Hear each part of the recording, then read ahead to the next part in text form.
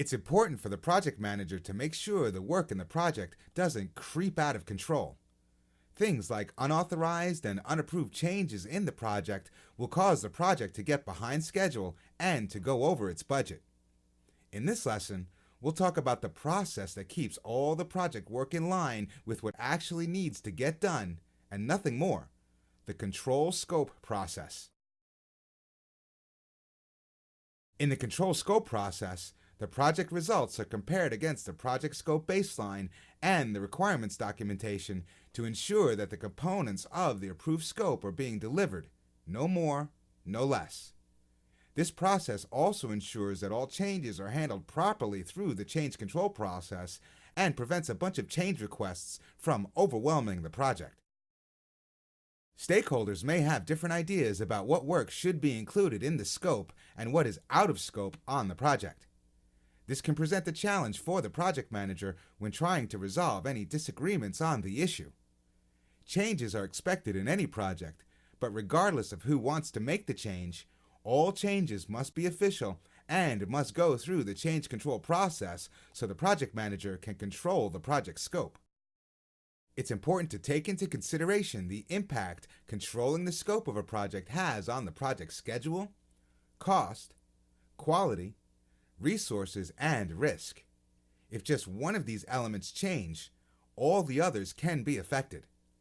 It's also important to ensure that the underlying cause of the scope change request is fully understood to prevent unnecessary change requests from proceeding further through the change control process. The first input into the control scope process is the project management plan. This plan includes all the subsidiary plans that will be used to examine the scope of the project. The scope baseline is compared to the actual results to determine if a change request is necessary. The scope management plan describes how the project scope will be monitored and controlled. The change management plan defines the process of managing all the change requests submitted during a project.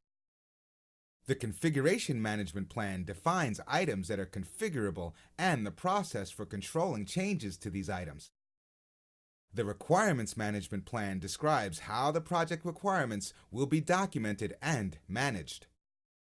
Constantly reviewing the requirements documentation makes it easier to detect any deviations from what's required in the scope.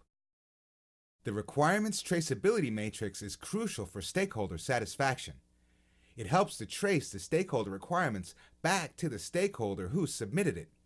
This helps the project manager analyze the impact of any changes or deviations in the scope baseline and report it back to the stakeholder. Work performance data includes the number of change requests received, the ones that were rejected, and the ones that were accepted. Organizational process assets like monitoring and reporting methods, templates, and lessons learned can be helpful to the project manager by making the process more efficient. Why reinvent the wheel when you've got a bunch of more wheels back in the warehouse?